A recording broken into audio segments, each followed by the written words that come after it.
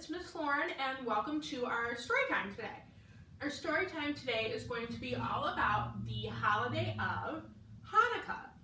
Now when people think of holidays in winter, December, a lot of people might think of Christmas, but not everybody celebrates Christmas or only celebrates Christmas. There are many other different types of celebrations that go along during the holiday season, one of which is Hanukkah. And Hanukkah is celebrated by those who practice the Jewish faith. So today we're going to have a story time that teaches you a little about what Hanukkah is, what types of traditions they practice, what different things they celebrate, and a few other little fun things along the way. So I hope you enjoy our Hanukkah story time and thank you all for tuning in. Thanks! Alright, so let's go ahead and get our story time started with our opening song, If You'd Like to Read a Story. So if everybody can stand up for me. If you'd like to read a story, take a seat. If you'd like to read a story, take a seat. Clap your hands and stomp your feet. Make your hands all nice and neat. If you'd like to read a story, take a seat. Good job. Okay, so our first story for our Hanukkah story time today is called Shmelf the Hanukkah Elf. And if it sounds familiar, maybe like Elf on the Shelf, it's because it's the Jewish take on Elf on the Shelf. So I hope you guys enjoy.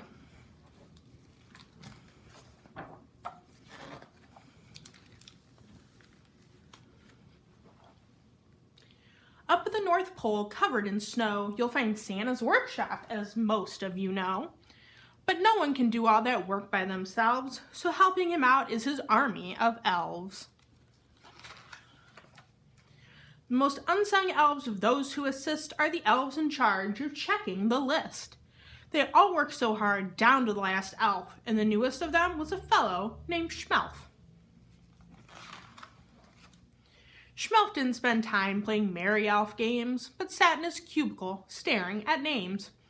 His job was to check through Santa's list twice to see whether kids had been naughty or nice.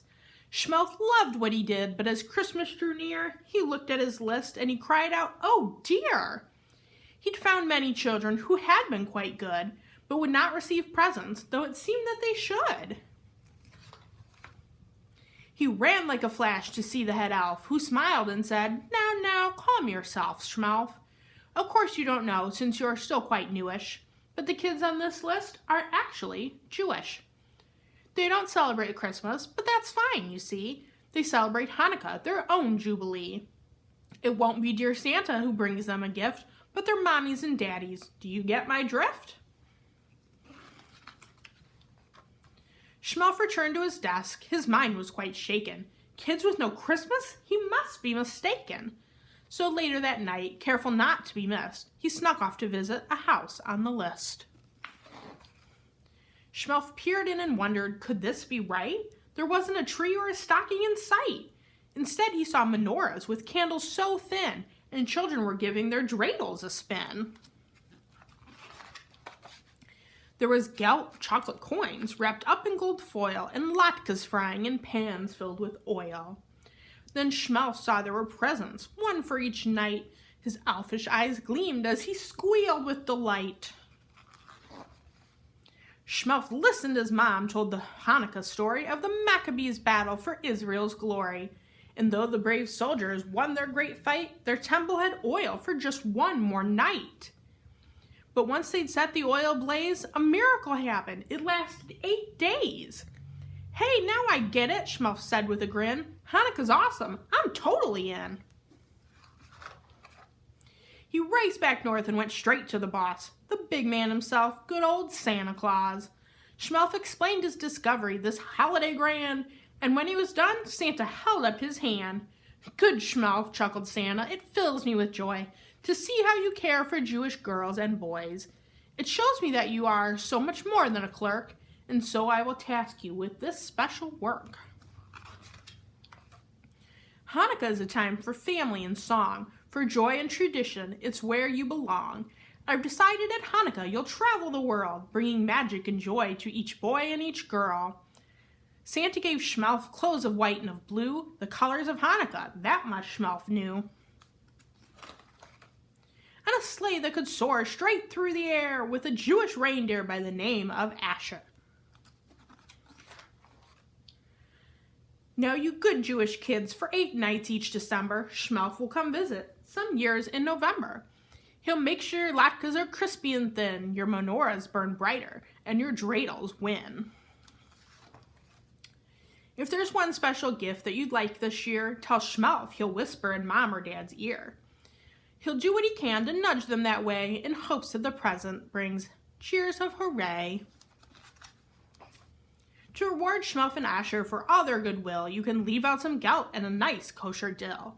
What a magical Hanukkah, you'll think to yourself.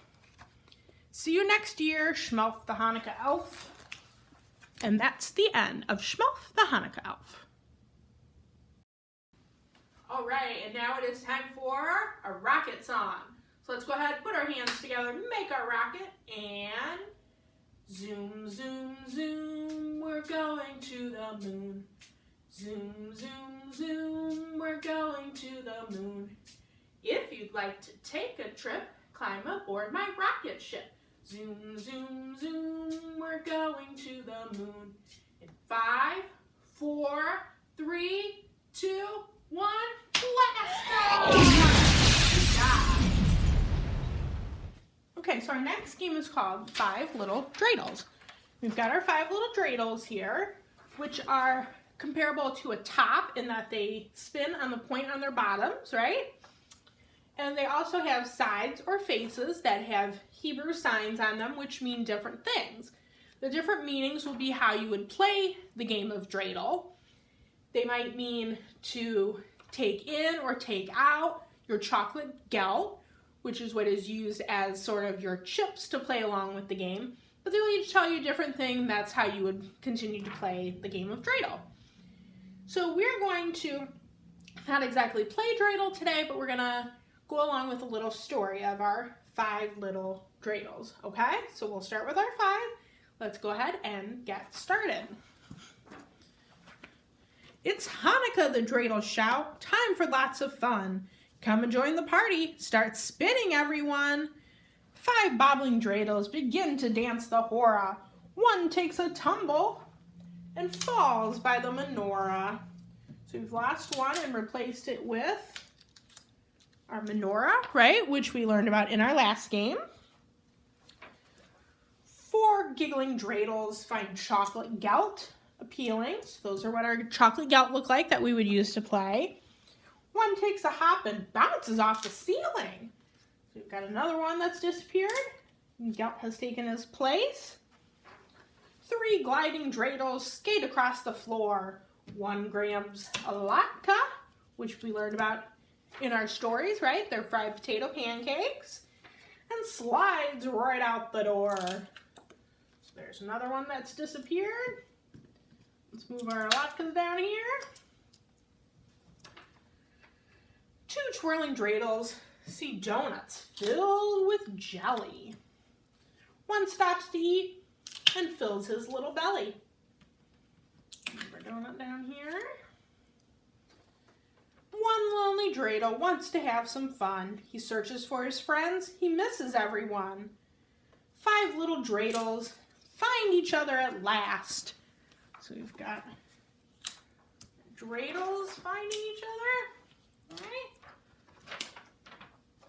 They all form a line and start spinning very fast. We've got all our dreidels back in line. And as they stop their turning, they stand up straight and tall. 5 dreidels shout, Happy Hanukkah to all. Happy Hanukkah, everyone. Thanks for playing along. Okay, so our next story is called The Night Before Hanukkah. And like the last story that we read, if this sounds a little familiar, it is a take on the night before Christmas. So let's get started.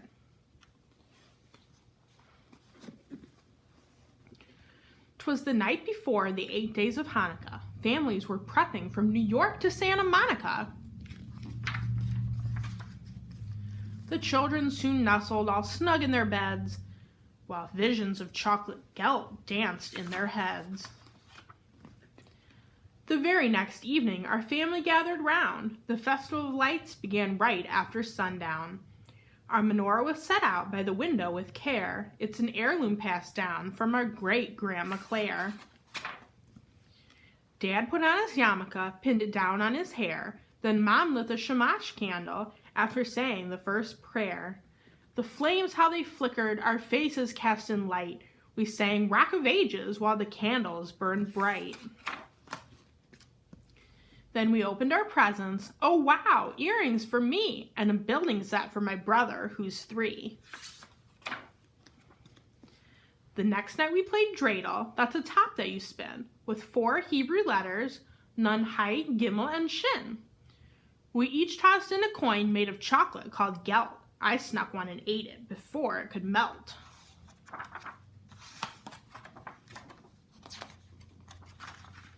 It was my turn to go. If it lands on Gimel, I win. But Shin turned up, so I put another coin in. Our dad won that game when our coins all ran out, but he divvied up his winnings. Sharing is what it's all about. On the 3rd night of Hanukkah, after the candles were aflame, Dad read the story of Jewish heroes. Maccabee was their name. Let's take back our temple, the Maccabees led with a shout. The Jewish people fought and won. They kicked the enemy out. Then they cleaned their holy temple, but prepared to kindle the light. But the lamp had so little oil, it could burn for only one night. So they prayed for divine help, and help came indeed. The lamp stayed lit for 8 days. God had met their need. Before their wandering eyes, a miracle took place, the glory of Hanukkah for all Jews to embrace. On the 4th night, we ate latkes, deep-fried potato pancakes.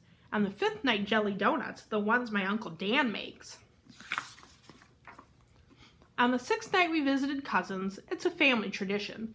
The aunts made gravy and brisket. Yummy smells filled the kitchen.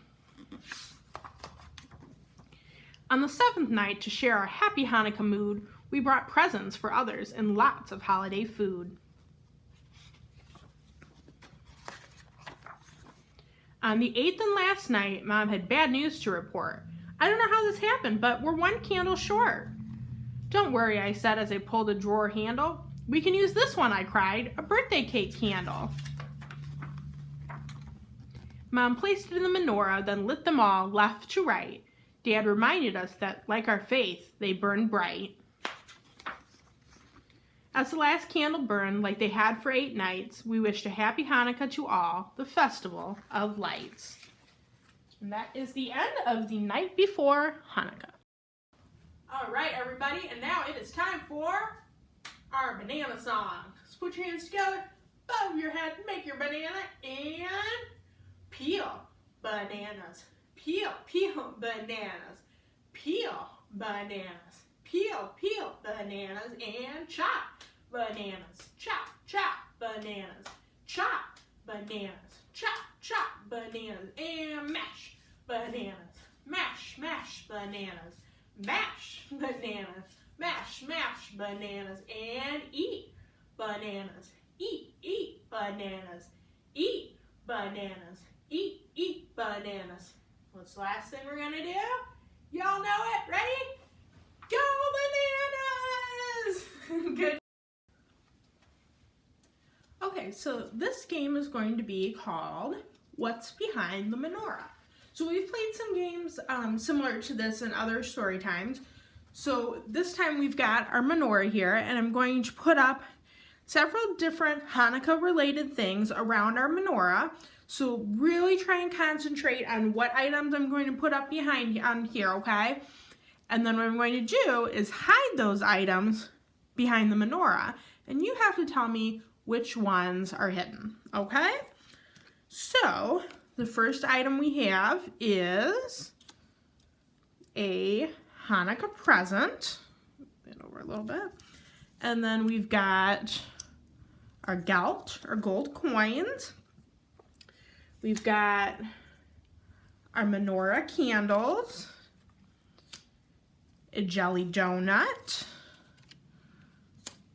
a dreidel over just a little bit, and our latkes, or potato pancakes, that we had talked about in a couple of our books, okay? So what I'm going to do is have you close your eyes. Make sure your eyes are closed really, really tight. No peeking.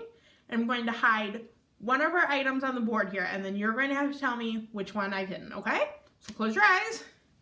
Make sure you keep them really closed.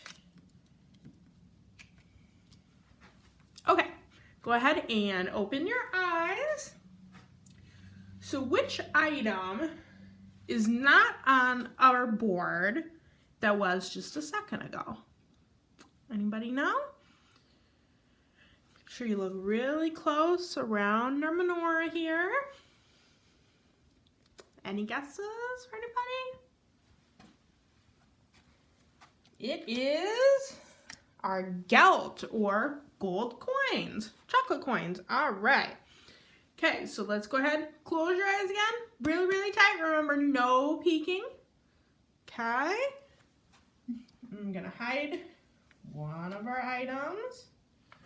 And go ahead and open your eyes. Anybody know what's missing up on our board? Maybe a little hint could be something that you might receive for Hanukkah. Any ideas? That's right, it's, whoops, our present. So you've got our Hanukkah present there. All right, good job. You know the drill. Close your eyes. Really, really tight. I'm gonna hide another item. Keep them closed. Okay. And go ahead and open your eyes. Anybody know what's missing? Could be something maybe that you play a game with on Hanukkah. It spins on its top. Any guesses? That's right, it is our dreidel. Good job. Okay, now I'm gonna make it a little bit more difficult, okay? I'm going to hide two of our items. So make sure you're really concentrating on what's on our board around here, okay? So that you can tell me which two items are behind our menorah. Okay, close your eyes, really tight, and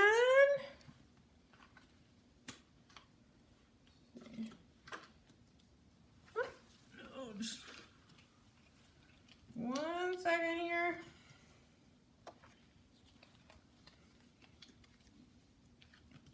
All right, and oops. Go ahead and open your eyes. We've got to hold our menorah up. It's getting a little heavy.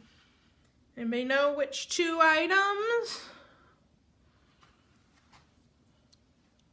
Missing?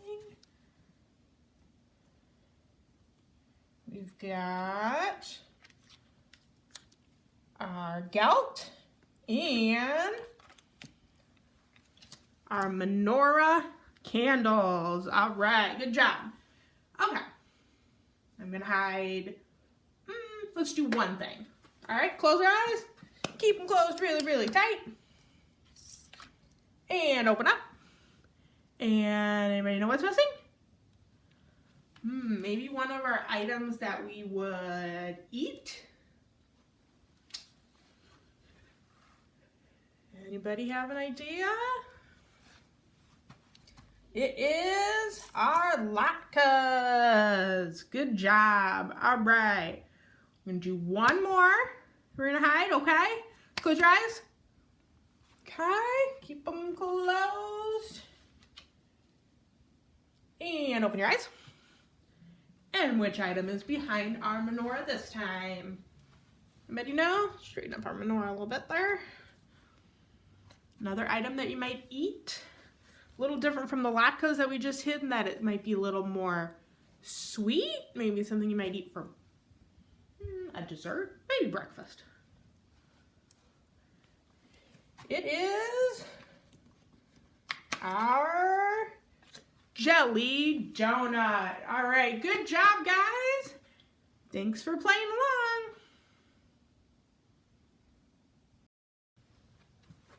All right, and our final story today is called Little Red Ruthie.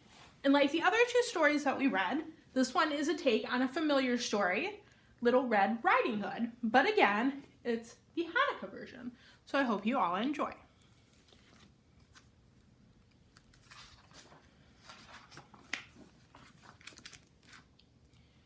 It was a chilly winter in the northern woods, but Ruthie did not mind. Every year she and her grandmother made latkes together for Hanukkah. Today she was on her way to Bubba Bash's house on the other side of the forest. Ruthie was taking sour cream and applesauce to go along with the yummy potato pancakes they would make. She carefully packed her basket and kissed her mother goodbye. "Stay safe, my little red Ruthie, and stick to the path." "I promise, Mommy," she said. She skipped along the trail. Snow began to fall. Soon a white blanket covered the ground, causing Ruthie to lose her way. Suddenly, something jumped out from behind a tree. Ruthie found herself face to face with a wolf. "Little girl," said the wolf, "I am going to eat you up." Ruthie's heart raced. Her tummy flip-flopped, but she could not let the wolf know she was scared. It was Hanukkah, and Ruthie wanted to be brave as the Maccabees. Being a clever girl, she offered a smart and speedy reply. "Mr. Wolf," she explained, "underneath my puffy coat, I am actually skinny as a twig, but I'm on my way to cook latkes with my Bubba Basha. Each day of Hanukkah, I plan to eat a plate full of delicious potato pancakes. When the holiday is over, I'm sure to be as round as a pancake myself. If you just wait 8 days, you are guaranteed to have a better meal. Why not meet me then?" Her words were so enticing, the wolf agreed. He even led her out of the thicket and back onto the trail. But his stomach began to rumble. In the distance, his tasty morsel was disappearing. "Deal's off," he declared, leaping through the forest and arriving at Bubba Bash's cottage before Ruthie. Perhaps he would eat the grandmother first. There was a note on the door. "Dear Ruthie, I went to the village to buy us a Hanukkah treat. I will be back soon. XXX, Bubba Basha." The wolf could not read. Finding no one at home was a big disappointment. While waiting for Ruthie to arrive, he entertained himself by trying on some of Bubba Bash's clothes and admiring himself in the mirror. Ruthie, on the other hand, was an excellent reader. Learning that her grandmother was running an errand, she was surprised to see a light inside the cottage. She peered through the window and recognized the wolf. "I must be brave as the Maccabees," she reminded herself, pushing aside a wave of fear. Ruthie greeted the wolf like an old friend. "Mr. Wolf, how hungry you must be to come all this way. Before you gobble me up, allow me to fry up a platter of luscious latkes. Once I am gone, you won't have the chance to enjoy their heavenly taste." That sounded delightful, but the wolf was used to eating his food raw. "Hurry up," he demanded, "and skip the frying part." "We can't," Ruthie insisted. "A latke is not a latke unless it's fried. Oil is very important in the Hanukkah story." Nobody had ever shared a story with the wolf, so Ruthie told him the tale of the Maccabees' victory. When the Maccabees took back their temple, she explained, they discovered a tiny bit of oil. Nobody believed it could provide light for more than one day, but it lasted for 8 days. That is the Hanukkah miracle, and that is why you must wait while I prepare a treat that is crispy on the outside and silky smooth on the inside. The wolf was an impatient sort, but he agreed. He even sat down at the kitchen table where Bubba Basha had already laid out the ingredients: potatoes, onions, eggs, and flour. Ruthie was thankful for all the time she and her grandmother had made latkes together, but could she make them on her own? As she worked, Ruthie found she remembered the entire recipe by heart. Soon the irresistible aroma of the sizzling latkes filled the room. "Aren't they ready yet?" whined the hungry wolf. By the time Ruthie served him a stack of potato pancakes, drool was dripping down his chin. He ate a plateful, and then another, and another. Bubba Basha returned horrified to see Ruthie in danger. Fortunately, the wolf was now full up to his eyeballs and very groggy. "Bubby," said Ruthie, "our guest has been munching on some latkes, but it's surely time for his main course." No, thank you," stammered the wolf. He wanted nothing more than some fresh forest air and headed for the door. "What a pity you must leave," said Bubba Basha, "but we can't send you on your way without a treat." She reached into her bag, pulled out a jelly donut, and placed it in the wolf's paw. "Enjoy this tomorrow," she said, ushering him outside. Ruthie breathed a sigh of relief. After plenty of hugs and kisses, Ruthie and her grandmother lit the first Hanukkah candle and sat down at the table. Thanks to Little Red Ruthie, dinner was ready and it was delicious. And that is the end of Little Red Ruthie. I hope you enjoyed it. Okay, so our story time has come to an end. Thank you all for tuning in to our Hanukkah story time. I hope you enjoyed, maybe learned a few new things. And let's go ahead and do our goodbye song. Tickle the clouds. Tickle the clouds, tickle your toes, turn around and tickle your nose. Reach down low, reach up high. Story time's over, so wave goodbye. Bye guys, thanks for coming.